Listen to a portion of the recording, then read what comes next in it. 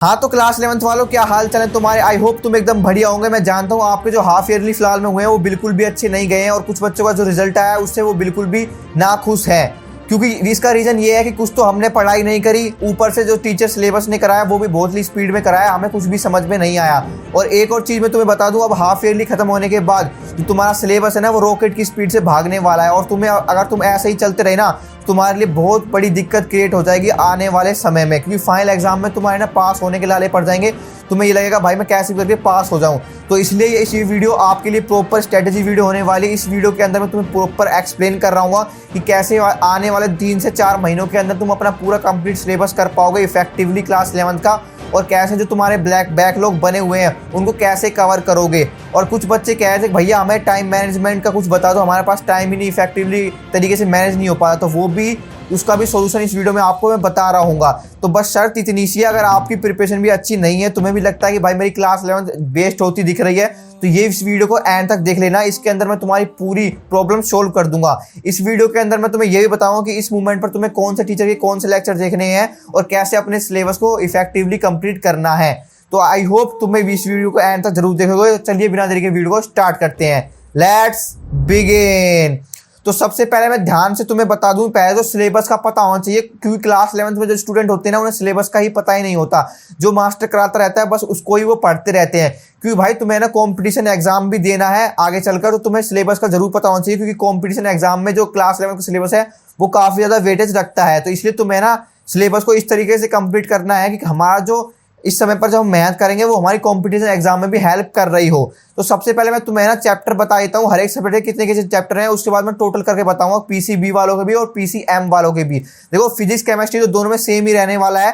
तो देखो अब ऐसा मत सोचना कि भाई मैं सिर्फ सीबीएसई के लिए बता रहा हूँ, आपको मैं बता दूंगा कि आपको है ना एक बार क्या करना है। अगर आप अदर स्टेट बोर्ड वाले बच्चे देख रहे हो तो आपको ना अपनी स्टेट की वेबसाइट पर जाना है और अपना सिलेबस डाउनलोड जरूर कर लेना है, ठीक है। सीबीएसई वालों के लिए कई स्टेट बोर्ड का कॉमन ही रहता है सीबीएसई का सिलेबस, तो अगर आप कॉमन है तो उसके अकॉर्डिंग देख लेना। तो सबसे पहले मैं आपको फिजिक्स के चैप्टर बताता हूँ, टोटल चैप्टर्स कितने हैं। अब डिटेल सिलेबस तो बताऊंगा तो भाई वीडियो काफी लंबी हो जाएगी, तो आप है ना डिटेल सिलेबस डाउनलोड कर लेना, और कुछ बच्चों ने कर भी रखा होगा। तो टोटल जो चैप्टर्स है ना वो टोटल 15 चैप्टर्स हैं, जिनमें से क्या है फर्स्ट वाला जो फिजिकल वर्ल्ड वाला चैप्टर है वो सीबीएसई में तो आ नहीं रहा है। अगर आप स्टेट बोर्ड के स्टूडेंट देख रहे हैं तो आपको भी चेक कर लेना है। वैसे मोस्ट ऑफ द स्कूल में वो फर्स्ट वाला जो चैप्टर होता है वो डिलीटेड होता है, वो थ्योरेटिकल है, उसमें कुछ इतना खास नहीं है, बस फिजिक्स के बारे में एक्सप्लेन करा गया है। तो भाई फर्स्ट चैप्टर अगर तुम हटा देते हो तो टोटल आपके पास 14 चैप्टर्स बचते हैं फिजिक्स क्लास 11th में। अब इसी तरीके से हम केमिस्ट्री की बात करें तो केमिस्ट्री में आपके टोटल वैसे देखी जाए 14 ही चैप्टर्स हैं, लेकिन जो सीबीएसई में आ रहे हैं ना वो टोटल 9 चैप्टर्स आ रहे हैं। काफ़ी ज़्यादा चैप्टर रिड्यूस हो चुके हैं, डिलीट हो चुके हैं। तो अगर आप स्टेट बोर्ड के स्टूडेंट देख रहे हैं तो आपको मैं यही सजेस्ट करूँगा कि आप है ना अपनी स्टेट बोर्ड वाली वेबसाइट पर जाएँ, वहाँ से सिलेबस डाउनलोड कर लेना और टोटल चैप्टर काउंट कर लेने। अगर आप सीबीएसई के स्टूडेंट हैं तो आपको चेक करने की जरूरत नहीं है, मैंने चेक कर लिया 9 चैप्टर हैं टोटल आपके, ठीक है। फिजिक्स में 14 चैप्टर्स हैं, केमिस्ट्री में 9 चैप्टर्स हैं। केमिस्ट्री में काफ़ी कम चैप्टर्स हैं, फिर भी बच्चों की हार्ट टाइट हो जाती है 9 चैप्टर को कंप्लीट करने में और केमिस्ट्री के एग्जाम को पास करने में। तो इसलिए आज वीडियो को प्रॉपर अच्छे से देखना। मैं तुम्हें केमिस्ट्री की भी स्ट्रैटेजीज में बता रहा हूँ कौन से लेक्चर तुम देख रहे हैं जिनसे तुम्हारी केमिस्ट्री की नैया पार हो जाएगी। तो बायोलॉजी में काफ़ी लेंथी चैप्टर्स है और काफ़ी बड़े चैप्टर्स हैं, ठीक है। तो सबसे ज़्यादा चैप्टर भी इसी में ही है। वैसे तो देखा जाए 22 चैप्टर्स हैं, लेकिन भाई अगर तुम्हारे पास नई एनसीईआरटी बुक है तो उसमें आपको 19 चैप्टर्स दिखेंगे, क्योंकि 19 चैप्टर्स ही आपके सिलेबस में आ रहे हैं, बाकी जो चैप्टर्स हैं वो डिलीटेड है। तो आपको टोटल 19 चैप्टर्स ही कंप्लीट करने हैं। तो अब पीसीबी वालों के टोटल कितने चैप्टर्स हो गए काउंट करना जरा। 14 चैप्टर्स आपके फिजिक्स में थे, 9 चैप्टर आपके केमिस्ट्री में थे, और अब ये बायोलॉजी में कितने चैप्टर्स आपके 19 चैप्टर्स हैं। टोटल आपके पीसीबी के मिला के 42 चैप्टर्स हो गए। देख रहे हो भाई 42 चैप्टर्स। अब घबराना बिल्कुल भी नहीं है। अब 42 चैप्टर में से आपको ये देखना है कि अभी रुक जाओ, अभी बताता हूँ आगे। पहले ना मैथ वालों की बता देता हूँ, मैथ वाले भी बच्चे देख रहे होंगे ना तो उनकी बता देता हूँ, दोनों की एक साथ बताऊंगा फिर स्ट्रेटेजी क्या रखनी है। तो मैथमेटिक्स में आपके टोटल 16 चैप्टर्स है, जिसमें से आपका 14 चैप्टर जो मैथमेटिकल रीजनिंग है वो डिलीटेड होता है काफ़ी स्कूलों में, और सीबीएसई में तो वो डिलीटेड है। अगर आप स्टेट बोर्ड के हैं तो फिर मैं आपको सजेस्ट कर रहा हूँ एक बार सिलेबस सभी सब्जेक्ट का देख के चल लेना और टोटल चैप्टर आपको काउंट कर लेने हैं अगर आप स्टेट बोर्ड वाले बच्चे देख रहे हो। क्योंकि भाई स्टेट बोर्ड वाले को कवर करना हर एक बच्चे का पॉसिबल नहीं हो पाया, क्योंकि भाई पता है आपको 29 स्टेट्स है। अब सभी स्टेट का कवर करने बैठा तो भाई वीडियो तो बहुत ज़्यादा लंबी हो जाएगी और कन्फ्यूजन भी बहुत ज़्यादा क्रिएट हो जाएगी। इसलिए मैं आपको सीबीएसई का बता रहा हूँ। और अगर आप स्टेट बोर्ड वाले बच्चे देख रहे हैं तो मोस्टली आपका हरियाणा बोर्ड से तो सेम ही होगा, ठीक है। हरियाणा बोर्ड एग्जैक्टली कॉपी करता है सीबीएसई बोर्ड का, और काफ़ी अदर बोर्ड्स भी हैं वो भी एग्जैक्टली कॉपी कर लेते हैं सीबीएसई बोर्ड का, वही सिलेबस दे देते हैं। तो आप एक बार कंफर्म करने के लिए फिर भी चेक कर लेना।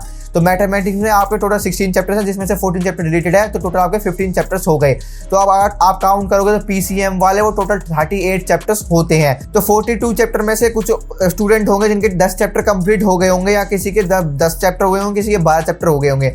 तो इसी तरीके से मैथमेटिक्स में आपके 38 चैप्टर्स हैं, किसी के 10 चैप्टर हुए होंगे, किसी के 12 चैप्टर हुए हैं। तो आपको ये देख लेना है कि मेरे कितने चैप्टर कंप्लीट हो गए हैं और कितने चैप्टर पेंडिंग है। तो उन पेंडिंग चैप्टर को कैसे फिनिश करना है वो मैं तुम्हें बताता हूँ। तो सबसे पहले तो चैनल सुन लो, तुम कौन से चैनल के तुम्हें इस समय पर देखने हैं, ताकि तुम्हारे बोर्ड लेवल की जो स्कूल एग्जाम है उसकी प्रिपरेशन इफेक्टिवली हो जाए। और जो बोर्ड एग्जाम में, अगर बोर्ड सरकारी स्कूल में पढ़ते तो आपको बोर्ड एग्जाम ही मानो उसको, बाहर से पेपर बन के आएगा, ठीक है। और अगर तुम प्राइवेट स्कूल में पढ़ते हो तो तुम्हारे स्कूल वाले ही एग्जाम बनाएंगे। तो उसके लिए उस बेसिस पर आपको कौन से चैनल को फॉलो करना है ताकि आपकी स्कूल लेवल की एग्जाम की प्रिपरेशन हो जाए।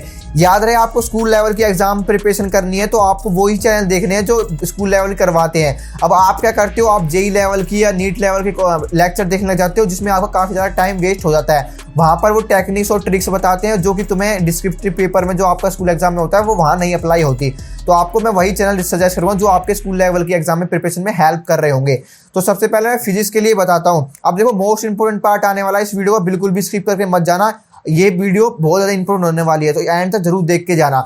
तो फिजिक्स के लिए मैं चैनल तुम्हें बताता हूँ, ध्यान से सुनना। फिजिक्स के लिए जो बेस्ट चैनल है ना क्लास 11th के लिए स्कूल एग्जाम की प्रिपरेशन के लिए, वो है भाई वन शॉट के लिए अभिषेक साहू फिजिक्स। अभिषेक साहू फिजिक्स का चैनल आपको अभी के अभी सर्च कर लेना है। अभी के नहीं कर पाओ तो इस वीडियो के बाद जरूर देख लेना अभिषेक साहू फिजिक्स पे। वहाँ पर आपको वन शॉट लेक्चर देखने हैं क्लास 11th फिजिक्स के। अगर अभी लेटेस्ट वाले आपको नहीं मिलेंगे तो आपको क्या करना है, जो लास्ट ईयर बनाए थे वो देख लेना है, क्योंकि जो लास्ट ईयर जो सिलेबस है ना वो ऑलमोस्ट सेम है इस साल भी। तो आपको लास्ट ईयर वाले भी आपको एकदम इफेक्टिवली काम आ रहे होंगे।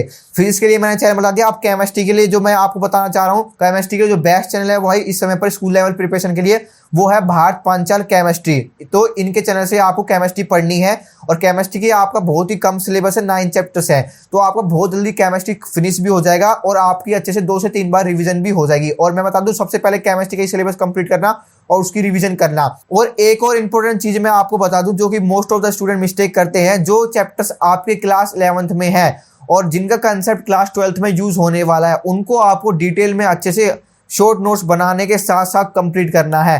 क्योंकि जैसे कि फॉर एग्जांपल के केमिस्ट्री के लिए मैं तुम्हें बताऊं तो ऑर्गेनिक केमिस्ट्री को आपको भाई घोल के पी लेना है।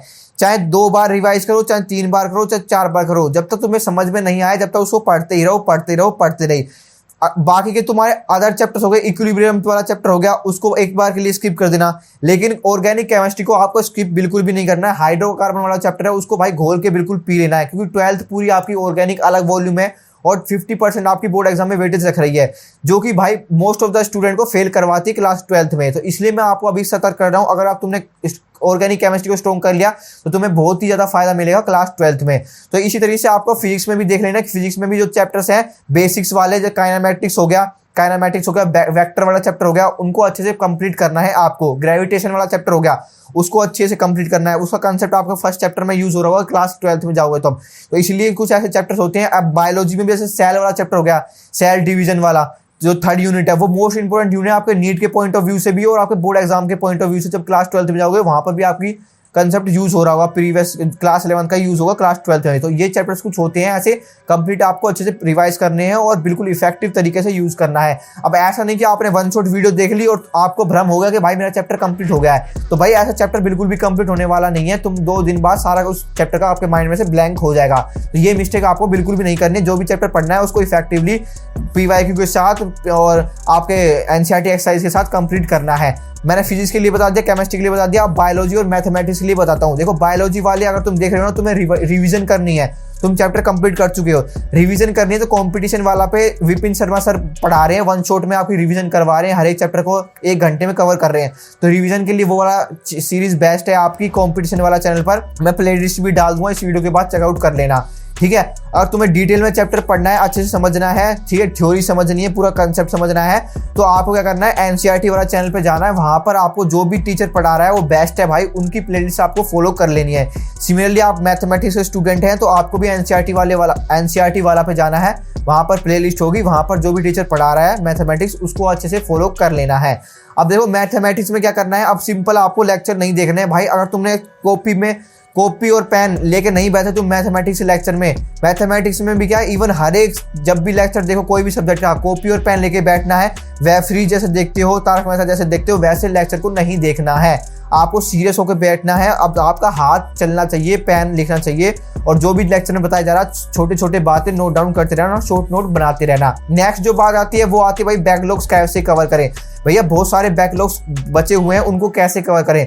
देखो बैकलॉग्स अगर तुम्हें कवर करना है तुम्हें ना स्टडी टाइम बढ़ाना पड़ेगा। ऐसा कोई भी पॉसिबल वे नहीं है कि तुम बैकलॉग्स भी कवर कर लो और तुम्हारा जो आगे सिलेबस चल रहा है उसको भी कवर कर लो। तो भाई तुम्हें करना है अपना सेल्फ स्टडी का टाइम तुम्हें इंक्रीज करना पड़ेगा। जो तुम्हारा जो स्कूल का काम होता है ना उस पर घर पर लेके मत आओ। जो स्कूल का काम है उसको स्कूल में ही फिनिश करो, जो कोचिंग का जो चैप्टर चल रहा है उसको कोचिंग में ही फिनिश करो। घर पर लेके आओगे दोनों तरफ का बर्डन रहेगा और सिलेबस कंप्लीट करने का भी बर्डन रहेगा, तो ना ये हो पाएगा ना वो हो पाएगा।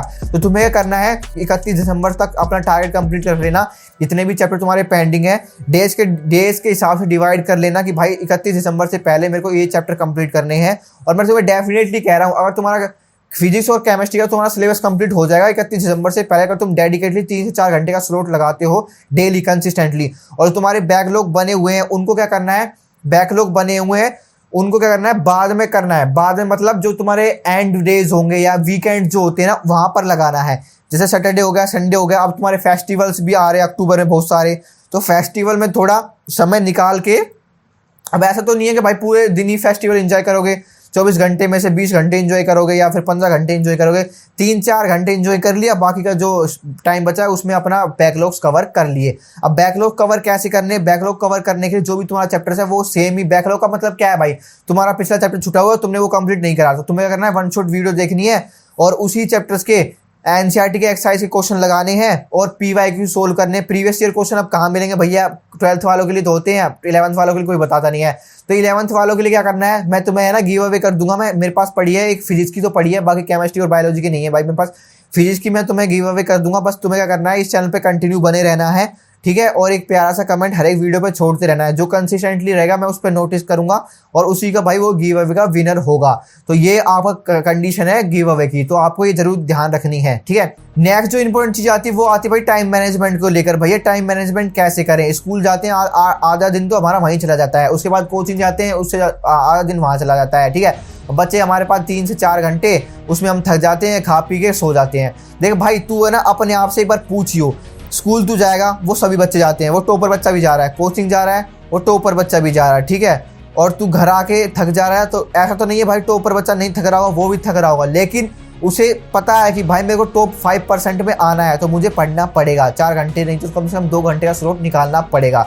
तो भाई अगर तू ये सोच के चल रहा है कि भाई मेरे से टाइम नहीं मिल पा रहा, तो मैं डेफिनेटली कह रहा हूँ तू रिग्रेट करने वाला है क्लास 11 खत्म होने के बाद। काश में उस समय पर एक बार देख लेता, पढ़ लेता, 2 से 3 घंटे का स्लॉट निकाल लेता।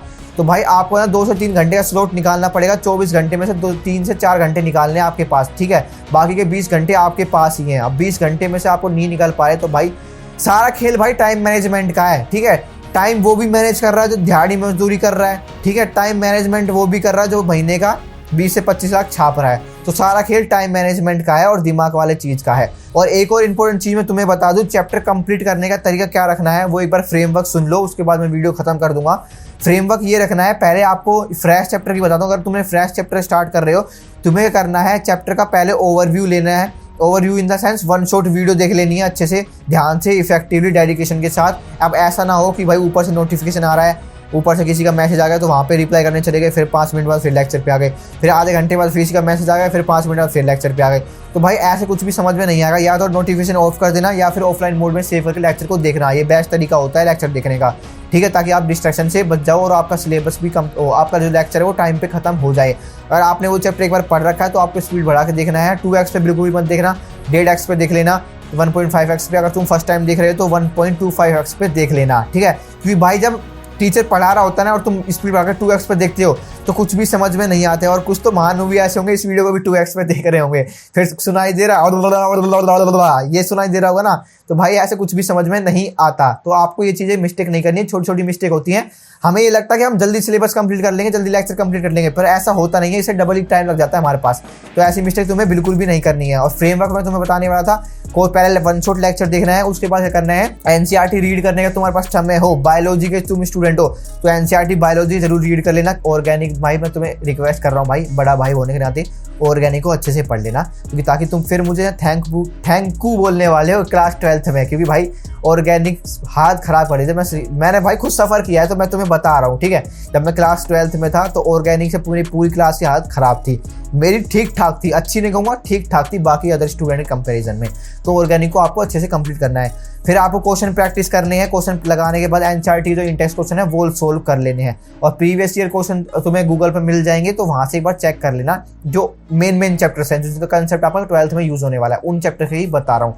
तो यहीं पर हम इस वीडियो को खत्म करते हैं। तो आई होप आपको वीडियो हेल्पफुल लगी होगी। ऐसे हेल्पफुल एंड मोटिवेशनल कंटेंट के लिए आप इस चैनल को सब्सक्राइब कर सकते हो।